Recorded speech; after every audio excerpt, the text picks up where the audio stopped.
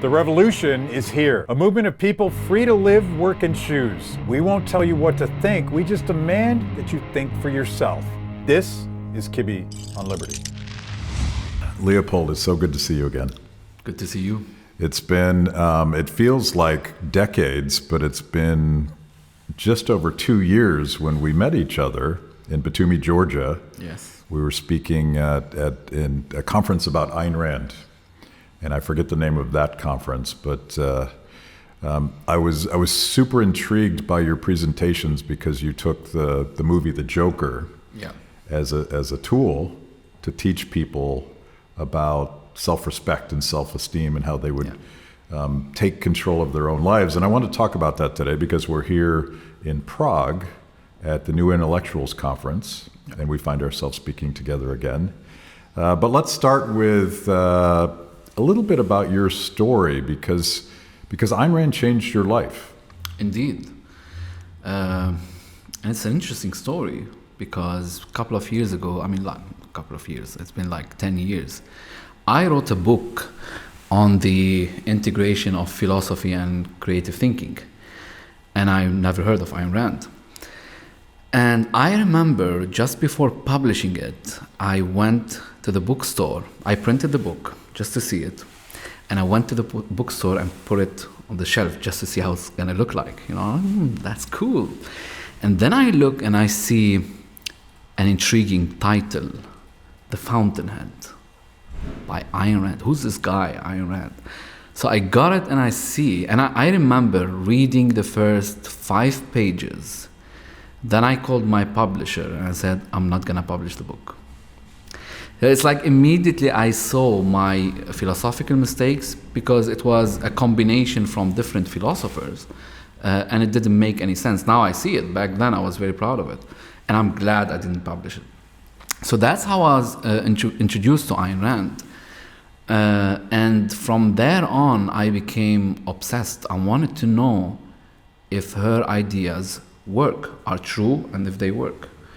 And I started experimenting. And we talked about that.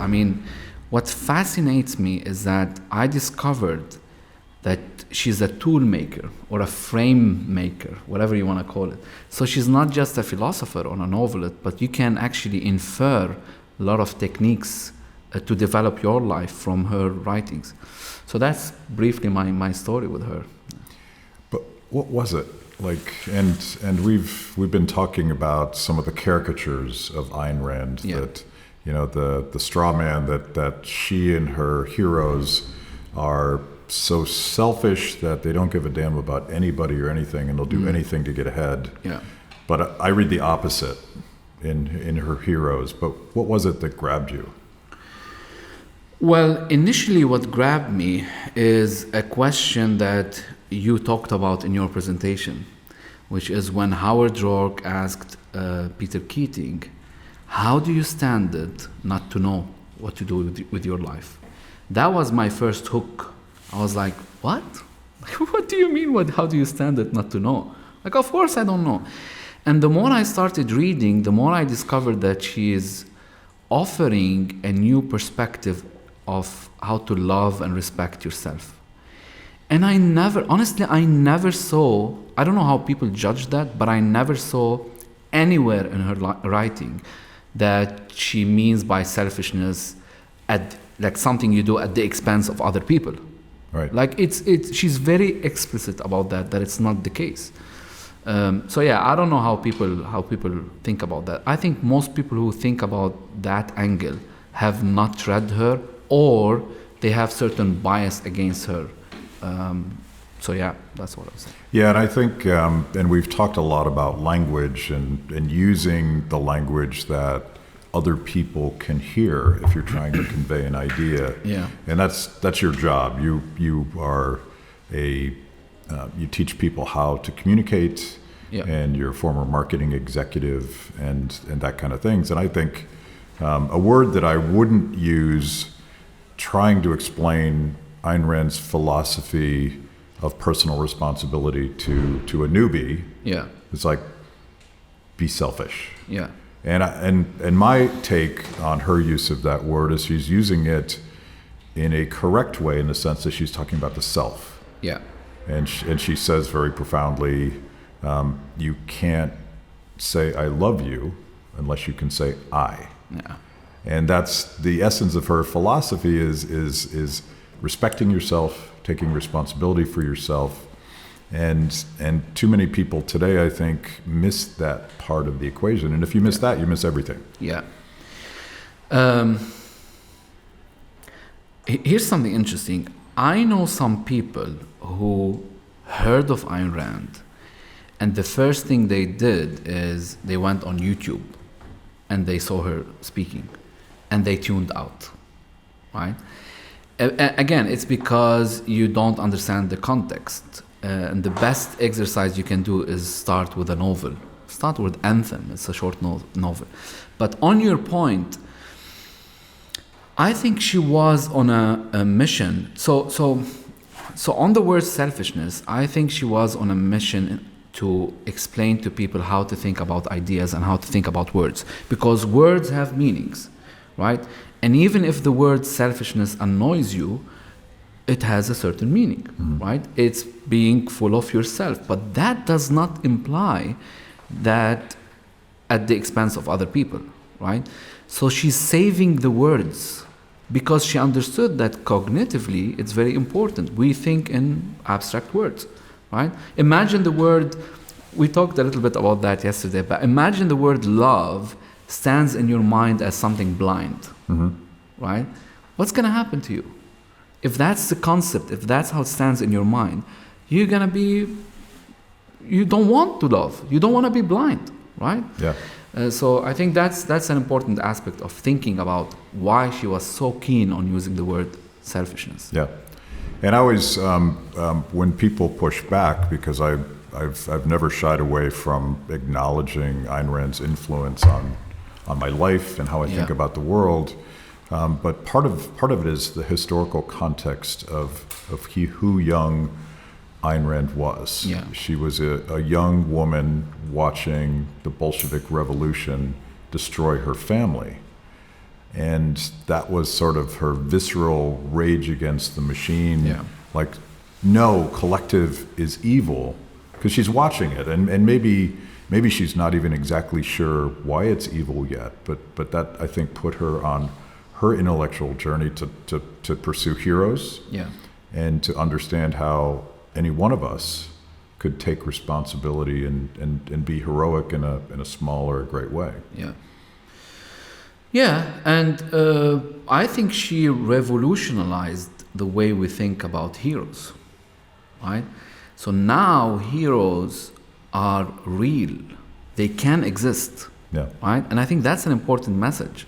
And again, you talk a lot about that. Like every time you do something good, it has some heroic aspect, right?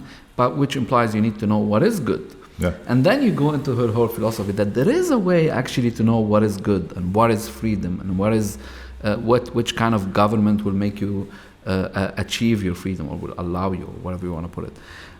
So yeah, interesting.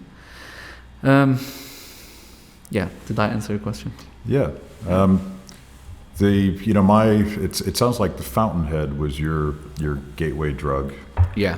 Some people get mad when I use that phrase, but I'm comfortable with it because it's pretty intoxicating. Yeah.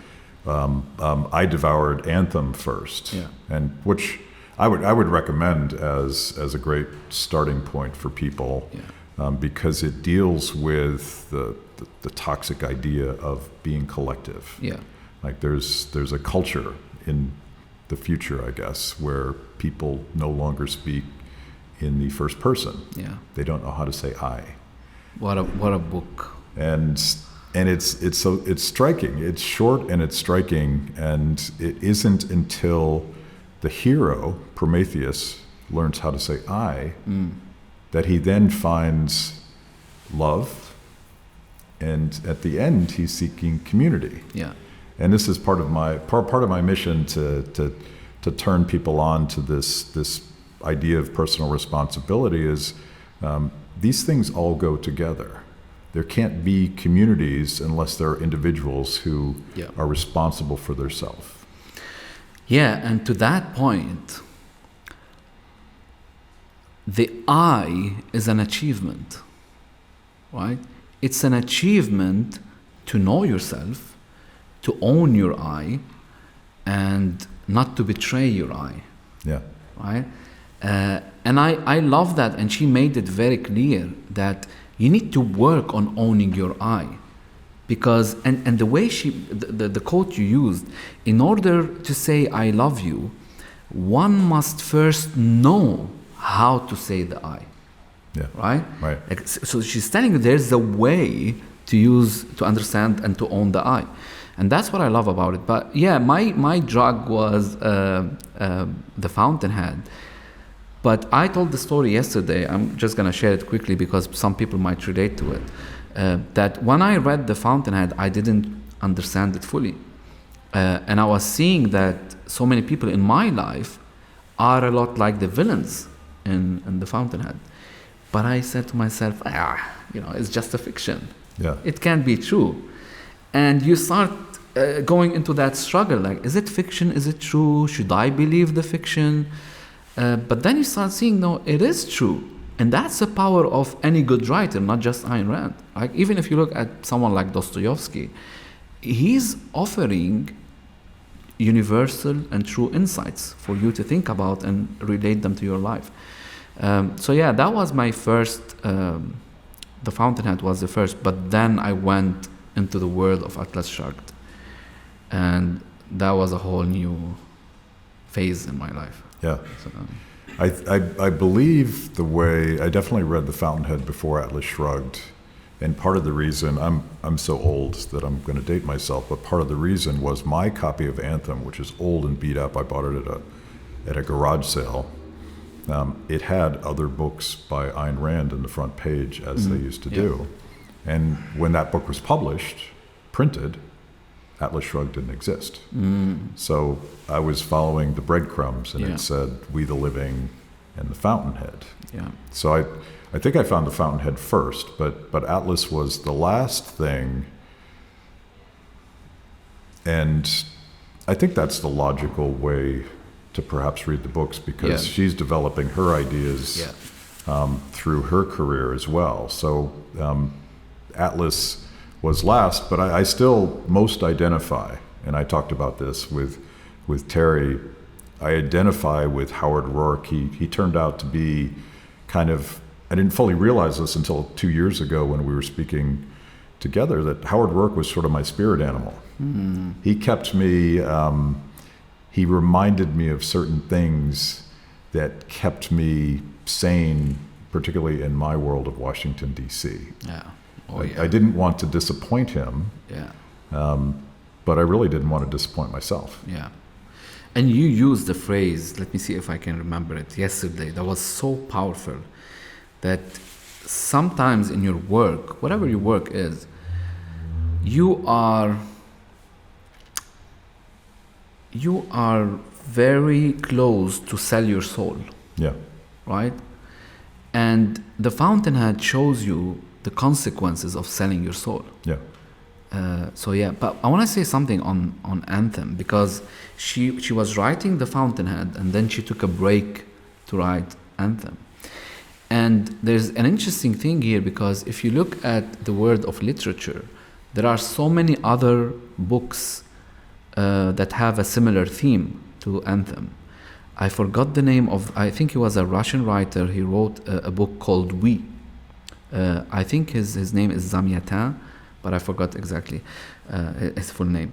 But he talked about that. He talked about a world without the I.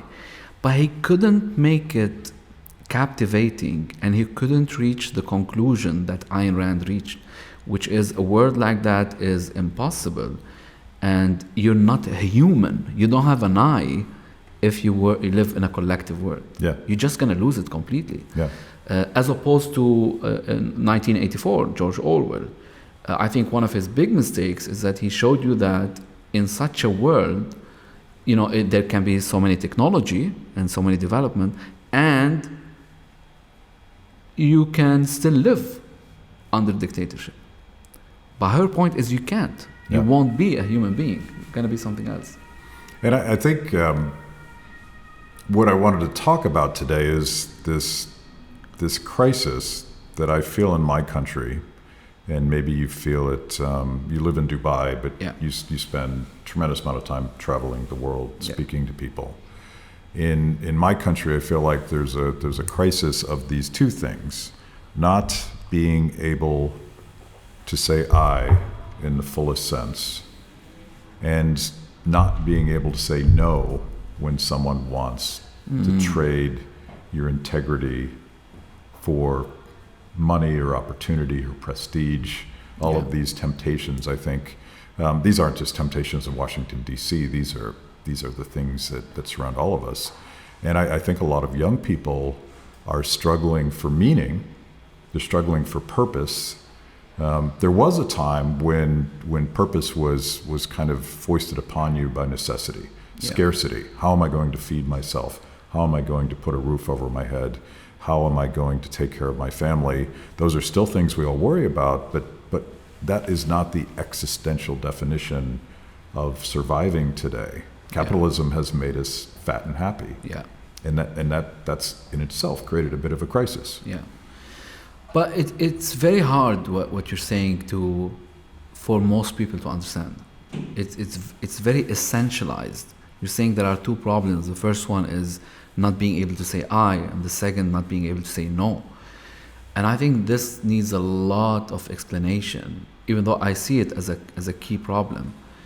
But if I want to unpack it a little bit, I would say that it's either that they can't say I, they don't really understand the meaning of individual, being an individual and living as an individual. But also, it's about saying I in the wrong way, right? It's I did this and I did that, and we see it a lot in politics.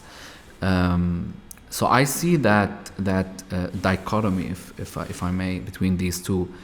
And the no, you can't say no if you don't have a guiding principle, right? And I think that's what's happening a lot in the U.S., that there is, specifically politically, there's no guiding principle. If you just look at foreign policy, there's no principle to say yes or no, right?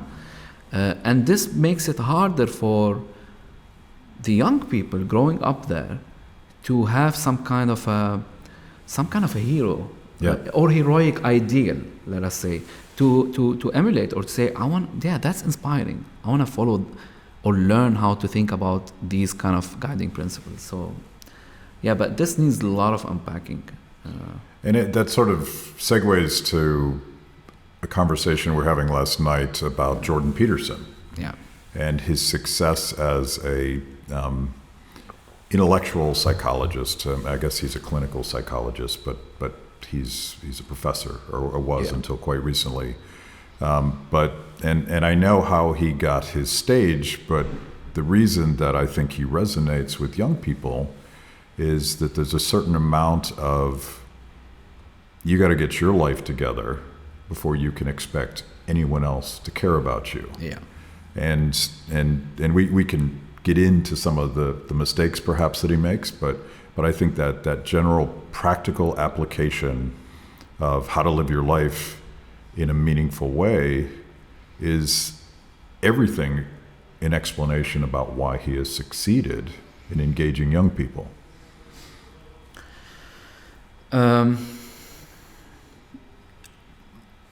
Yes and no, maybe. And I've been thinking about this since yesterday. So from one perspective, he is telling people how to think about the meaning of life and giving them some tools. But so is everybody else, right? Like everyone, for example, in the self-help industry or any intellectual nowadays is telling people how to live their lives and how to have a meaningful life. But there's something more magical about Jordan Peterson and to me, it's magical, but it's fundamentally wrong. And I love the guy, but at the same time, I think there's something fundamentally wrong about his metaphysics, his view of life as such, right? And for him, the essence is that life is about suffering. And then he offers you the tool. Okay, so what we're going to do about it, right? Yeah. But you have to know that you're going to suffer. Here's how you suffer less. Exactly. Yeah. Here's how you suffer less. And that's what I don't like about it. But I think that's why people get connection with him. Mm-hmm. Because that's a dominant philosophy. Only he made it more articulate and more intelligent. But that's how they connect. Most people, specifically the young, think that life is suffering. Heroism is not real. Happiness is not. And I mean, American now, most American. Why? What is the pursuit of happiness? Just an ideal that, we don't need it. No, that's what America stands for. It is true. It is the pursuit of, and the pursuit, which means you have the freedom to pursue it, right? Yeah. As an individual. Yeah. So, but yeah, Jordan Peterson is fantastic, is so inspirational. And I love that. Even if you disagree with someone, you should be objective enough to say, well, he's inspirational. I learn from him, but I disagree on these points. So. Yeah, I mean, I very much love to harvest the bits of wisdom that I get from a very broad spectrum of thinkers and doers. Yeah.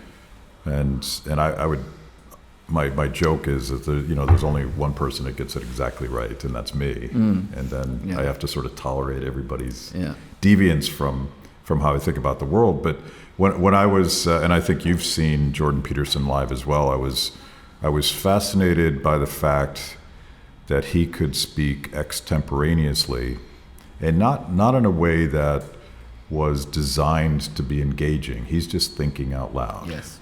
And he there's some structure because he's usually talking about one of his books. But the very idea that young people would gather to hear a conversation about ideas from an academic who's not necessarily a trained performer at all. Yeah. And that to me was intriguing, because a lot of people say that, people don't care about ideas and they're not really interested in thinking these things through. I think that's not true. I think you just have to meet them where they are. Yeah. And that's what I think you have been doing with all these young people that you've been talking to the last couple of days, is translating ideas in a way that empowers people to take a step one after the other and figure out how to live their lives. Yeah. Yeah, and listen, I don't think, I'll speak about myself. I don't think I would have ever dreamed to even consider the idea of talking about big ideas to people without Jordan Peterson, right? Like, he's an exemplar that you can be an intellect, but you can be attractive, you can be charismatic, you can talk about important things, and you can be a rock star, right? And I love that. And this is something that we haven't seen for a while. And then here is Jordan Peterson, he's making it possible. So absolutely. And I remember when I saw him, I was also attracted to his manners, right? Mm-hmm. And these are not, unimportant things. He has interesting manners in the way he talks, in the way he grapples with ideas, and it's not random.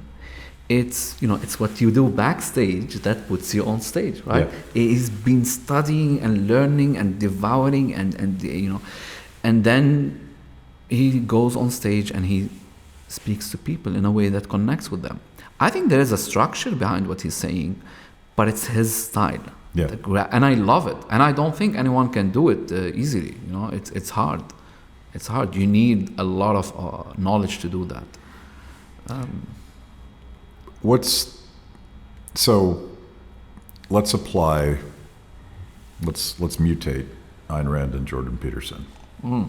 And I'm sure you're going to tell me that you can't. You need to start over and apply her principles. But it strikes me that if you replace the existential nature of suffering through life with an understanding that you can achieve something, and life is going to throw all sorts of bad things at you. That's what living is about. Mm. There's struggle, there's failure, there's betrayal, Yeah. all the things that people will go through in life, but the goal is happiness, Yes. not just managing suffering. And I think that's a fundamental difference. Yes. So what's the question? How can we, if Jordan Peterson changes his existential conclusion? What is the formula for turning young people on to what I would consider this more beautiful vision? How do you achieve happiness in your lifetime? This is a hard one, and I can't claim that I figured it out. But I would say, based on my experience, that you need a concrete example for happiness. You need not just an ideal, but you need to be able to see what it means to be happy. So it's like making that abstract word happiness concrete. And it's not too far because we can see it, right? I mean, for me, I'm Lebanese. I was born in Lebanon. And for me, I used to think about the US as the land of opportunities, the land where happiness is possible. And how it's possible, where you can see example of people succeeding in their lives, achieving their dreams, owning their property. So you can see so many different examples, because happiness is a kind of a state. It's not joy. It's a state of keeping on achieving and achieving and achieving, and there's nothing wrong with that. So you have so many examples, not just in the US, but throughout history, of what it means to be happy, right? What it means to achieve that state of happiness. And I think for the young people, it's important for them to be able to see that and relate it to happiness, right? To see that that is happiness, right? In the same way that now when they look at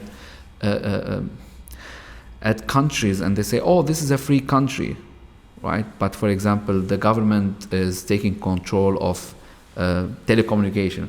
It can't be a free country if that's the case, right? So there's this misconception about the concepts like happiness and freedom. And I think if you save that, you can help people with the tools. Yeah. And just one point on Peterson, I think he's great also in giving people tools like and frameworks and techniques. What can I do, right? The only issue that I oppose to is the conclusion, the existential conclusion, which again affects everything else. But yeah, how do you feel about that? I think that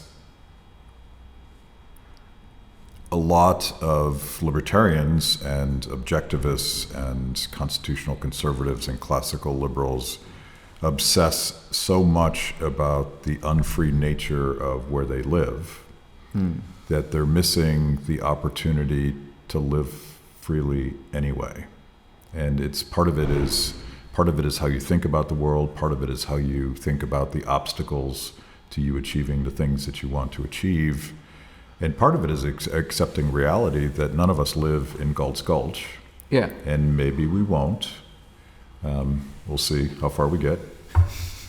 That's a long way. So like sometimes, like I notice a lot of frustrated people that share a lot of these ideas that, you know, they use it as an excuse that they live in an unfree world. And one of the things I got out of all of Rand's novels is her heroes, and it could be Eddie Willers or Dagny Taggart. They're not letting the world stop them from achieving what they're trying to achieve. Yeah. And this is where I think there's an interesting take on Peterson. Like the struggle helps define your purpose, helps give you dignity. Absolutely. And failure is one of the things you have to be willing to put up with if you want to live a happy, dignified life. Yeah.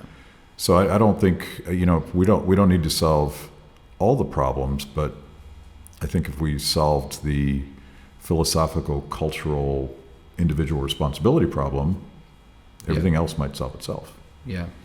And you just inspired me about one point that I also admire about Peterson. is that he is unapologetic, right? He knows what he knows his ideas, and he won't apologize for them, right? Unless he discovered that he's mistaken, I suppose he would. But he knows it, right? Like, he won't apologize for what he thinks are the right ideas. Yeah.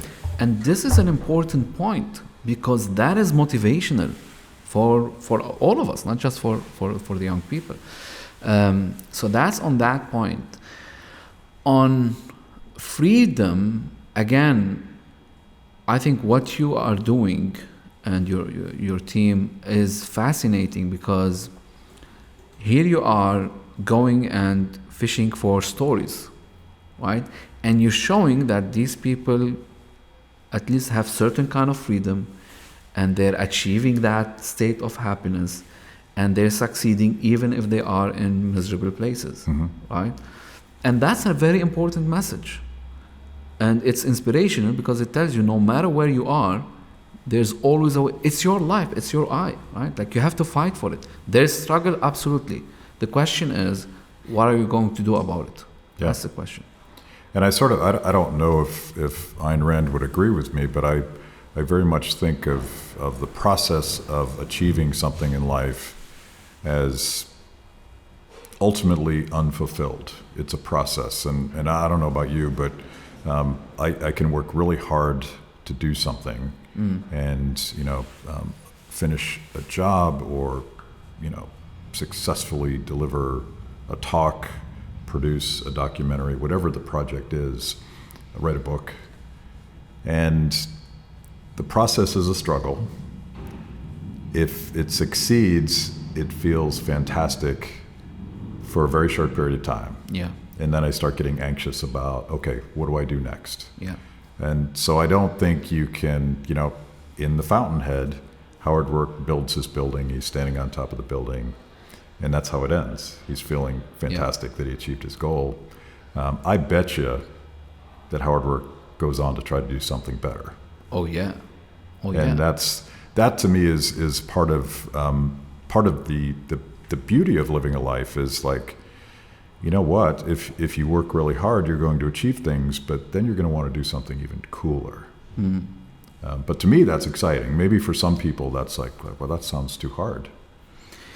Well, the way I think about it is, life is growth.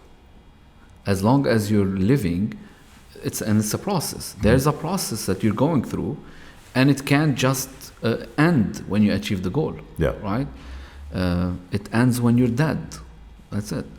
But and I love that. It's all about the process. It's all about learning from the process, and the achievement, or that sense of happiness, or I did it. Yeah. It should be short term. Because if it's long term, then you're not going to do anything else. So it should be short term, and now you're more motivated and you have the knowledge to build more. So yeah, it shouldn't be. For me, that's not too complicated to understand, right? And I don't think anyone would preach of a world where you just achieve something and that's it, And you can hear it. Even people who made a lot of wealth, they want to build more. Right? Bezos and what's his name? Elon Musk. They want to go to Mars. They want to build more. Yeah. So it's not about the money, or it's not about just one state of happiness. It's about the continuation. Let's talk about that, because Ayn Rand famously chose the $sign as her symbol. And I think that's one of the misunderstandings of objectivism, is that it's all about the money. Yeah. What's it about? Well, before I tell you, here's something interesting. I was born in a family that, how can I put it, don't value money. So, for example, my father loved the work, but he never cared about the money. If he drops $100 on the floor, he wouldn't care to pick it up, right? And I was taught that it's never about the money. You should never care about the money, right? Which is, from one angle, it's a good thing, But from another angle, it took me a long time to understand that money is important. Yeah. So, and I see the application of that. So I see that while growing up, I used to go and, someone asked me for a job, and you don't have to pay for it, Why? Why not? Right? So I start learning more about money, and I think the point of the dollar sign that Rand is trying to make, I think so. It's an issue of justice. So the dollar sign is symbolizing the act of trade, and you're exchanging value for value. But that dollar doesn't have to be money. It can be friendship, like what we're doing now. We're exchanging value for value, right? We're having a conversation. We built our friendship throughout the years. And that's a currency of exchange, right? So that's one perspective. Another perspective is an issue of justice. So you're paying for what people deserve, right? So I built something, I put a lot of effort in building it, and you appreciate that, and you're ready to pay for it. So these are the two things I would think of. What's your take on that? It's a measure of value, and I think about it in the context of having chose a profession that is not necessarily the most lucrative thing I could do with my life. And it is absolutely true that perhaps the best composer dies broke, even though he created something unachievable by anybody else. And I think that's okay, but I like the idea of exchange as one of those core principles. And we were talking about this yesterday, in the context of explaining why collectivist principles are so evil, because they're anti-human, they're anti-individual, and instead of coming up with a philosophical, ideological framework, instead, like objectivism or libertarianism, I was just doing this thought experiment. What words would be compelling human values that would attract people to this broader philosophical outlook, and exchange, value for value, is a simple one. Cooperation in a truer sense, trust, mutual respect, and then most recently I've put love at the top of this hierarchy of values, and that's the one you have to work hardest for. Yeah. And you have to risk everything, and you have to find someone that shares enough respect for themselves that you can trade. Yeah. Any relationship is an exchange. What is love if not a spiritual currency, or the highest spiritual currency? And this sounds for so many people as like, no, it shouldn't be this way. It's an emotional thing. Of course, it's an emotional thing, but you have to have mutual love, right? Whether it's romantic love or friendship, or if it's not shared and traded, and if you don't act on it, then it means nothing, right? And we all know what a horrible feeling to love somebody who doesn't love you back, for example, right? Like you need the trade. And on the dollar, by the way, she writes somewhere that you have a choice, either money or the gun, right? And I love that. That's so profound, because how are you going to deal and trade with other people? Either by exchanging value for value or by force. Yeah. Choose your way. So yeah, I think it's an important thing to think about money. I wonder what Ayn Rand would think about Bitcoin and this whole world. Like, interesting. I'm interested in it. I started being interested in it. But yeah. I think it's Bitcoin and cryptocurrency and blockchain is a technological solution to the inherent corruption of government. Not just money, but government institutions that don't live up to their promises. So I would be optimistic about that, and it's a great example of spontaneous human achievement. Trying to figure something out that when they started, they certainly didn't imagine where we would be today. Yeah. And I don't think we today can imagine where we'll be in 10 years, but it gives me hope and optimism in a way that political reform, which I've tried to do in my life, what a frustrating and perhaps dead-end pursuit that is.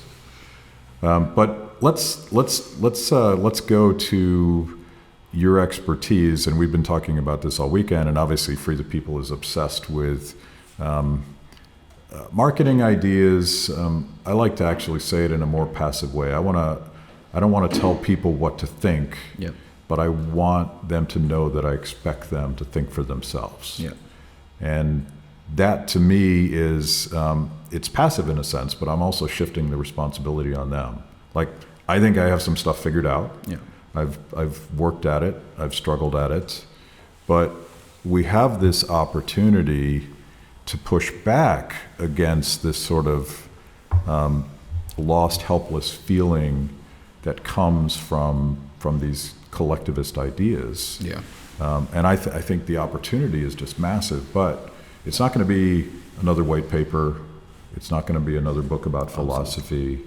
It's got to be marketing or stories or something. Well, marketing is definitely a part of it. I would group it under creativity or creative thinking.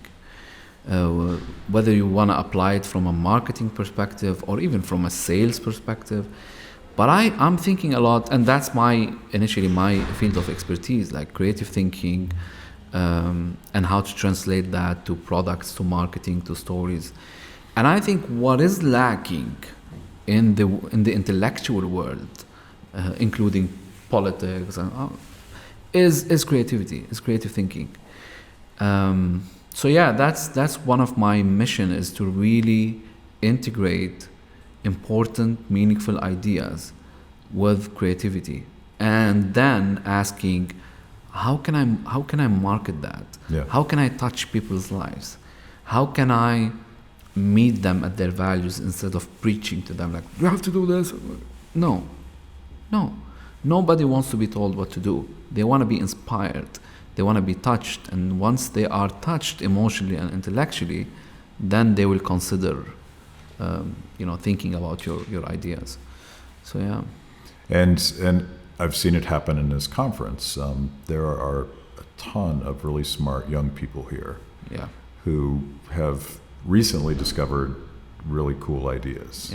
And they want to do something, but they don't know exactly what to do next. And part of your project is to mentor, I'll call them influencers. And I know that's a dirty word, but I mean it in the best possible way, and sort of in the Jordan Peterson possible way, where someone with a substantial set of ideas is willing to engage the broader public in a conversation. And there's not a lot of that in our space. I started off as a book nerd. You didn't, which is probably why you have an advantage. But most of us just wanted to read books and quote the footnotes and argue about the details.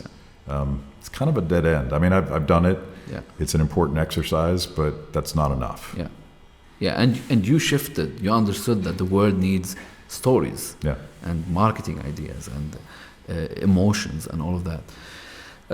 So for example, in this conference, by the way, I'm fascinated with these people, with the young people, because it's not about that they're interested in ideas or in Ayn Rand.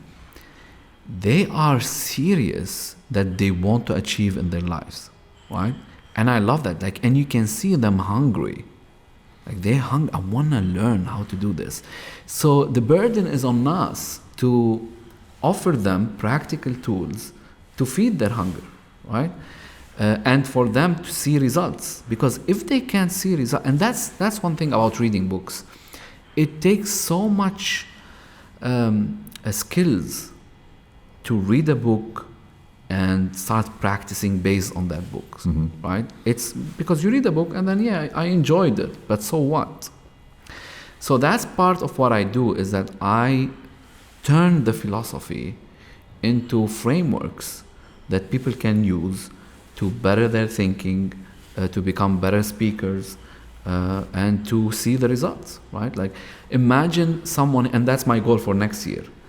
I want to mentor a couple of people here so that next year they are on stage sharing their ideas and rocking it, right? Yeah. And if I can do that, that's my reward. And the less they preach, because I'm against that method. Like, I don't want to preach the philosophy. I don't want to convert anyone. That's not my mission. My mission is to help people succeed in their lives. Yeah. So it reminds me of so my fictional spirit animal was Howard Rourke, but one of my real life heroes, and you've heard some of this story. People that watch this have certainly heard me talk about Neil Peart, the drummer from Rush. And he wrote the lyrics, and he's the one that first introduced me to the genius of Ayn Rand, in his words. And there's a really interesting article that I reread preparing for these talks. I don't think I ever brought it up, but I'll bring it up here. I think it was in 1997, a guy that runs the Institute for Justice, Scott Bullock, did an interview with Neil Peart. And at the time, he still identified as an objectivist. But he said something that was both brutal and telling, because he was losing interest in this is 1997, so the prototype chat rooms of the day. Yeah. And it was a bunch of intellectuals arguing about the finer points of objectivist philosophy. And his point was, they don't do anything. I'm a drummer. This is what I do. This is my craft. I've put everything that I have into this, and he didn't say this, but frankly, tremendously successful at applying the principles to the work that he decided to do. And I think, maybe that's a little bit tough, because I think there is very much a reason to have thinkers debating ideas, but that's a piece of the structure of production, if you will. We need doers, and part of that is storytelling, but it might also be inventing blockchain so that you can pursue whatever that is. It's got to be all those things. You need the combination of ideas and products, right? It can be whatever the product is, but you need that doing, you need that craft. You can't just have ideas. But the question becomes, what kind of a craft, right?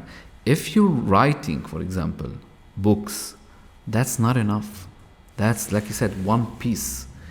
I want to see videos. I want to see art, music, drummers, speakers. Like, you want to see different pieces so you can build that puzzle. Because if you just focus on the intellectual part, you're not just talking to a very niche audience. You are limiting the potential of these ideas. You're giving up on culture. Like, one of the motivation I have in teaching people public speaking, is because not just I want them to share ideas related to objectivism. No, it's because I want to help them uncover their own stories. Because I believe each and every person has a gift and has failures and has stories. And if you help them uncover those, then they can inspire other people. And then they can turn them into a business. I mean, how many successful business model you've seen based on someone saying, I don't like how the world works, I'm going to change it, right? I don't like how this cup looks like, I'm going to change it. And it's these stories, those observations that you need in order to touch people's lives and make an impact on society. Stories is very important. It's very delicate. And it can't be indoctrinated. You can't use indoctrination in stories. You can't say a story and say, I want it to be an objectivist story, right? Or an existential story. You can't do that. It's funny, I feel like we've talked all weekend about how the radical left dominates culture, But it feels like, particularly over the last 3, 4, 5 years, that they've gone from influencing culture and dominating culture to indoctrination. Yeah. And they're saying the quiet part out loud. But to me, that's a tremendous opportunity. And they're turning people off. Yeah. But they control all of those levers of, I'll call them levers of power, because culture drives everything. And to go back to the start of this conversation, Ayn Rand fled the Bolshevik Revolution when she was 20, I believe. Yeah. She left her family. Her family helped her get across, and somehow she found her way to Hollywood. Yeah. She didn't go to a university. Yeah.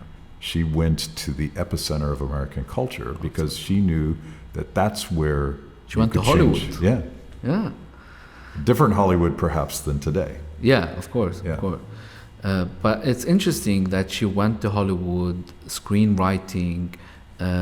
She lived that world of performance, and that's an industry that we need most. Yeah.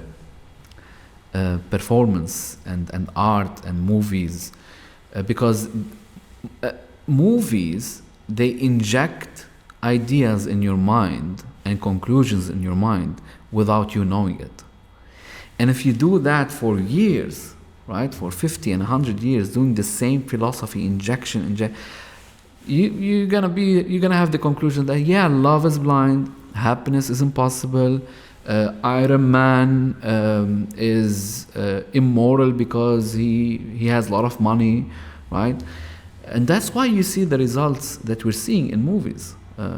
I was talking with someone about Iron Man a couple of days ago.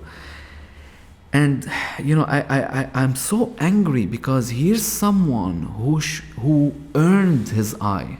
Mm-hmm. To go back to the beginning, he earned it. He's a genius. He worked so hard. He's not a genius like naturally. Like, he worked so hard, and he had to die. Right? He had to die because he had to sacrifice everything.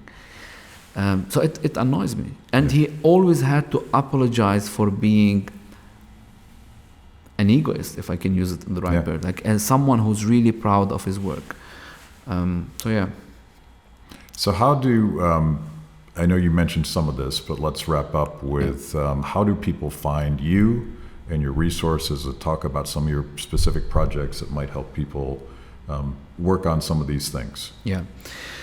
So essentially they can go to our website. So I'm the founder of Novel Philosophy Academy, which is an academy that helps people become more creative, become better speakers, build themselves, right, in different manners.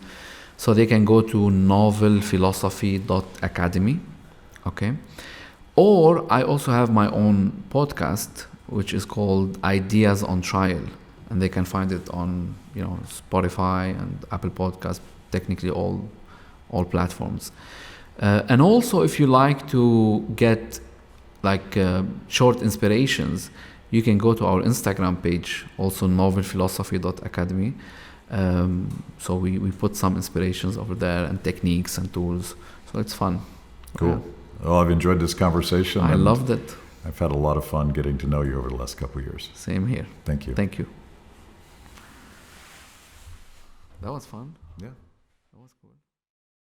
Thanks for watching. If you enjoyed that show, make sure that you like and subscribe. Click the little bell so that you get notifications. And if you consume this via podcast, go wherever you want to go. We're everywhere. Kibbe on Liberty. The revolution starts now.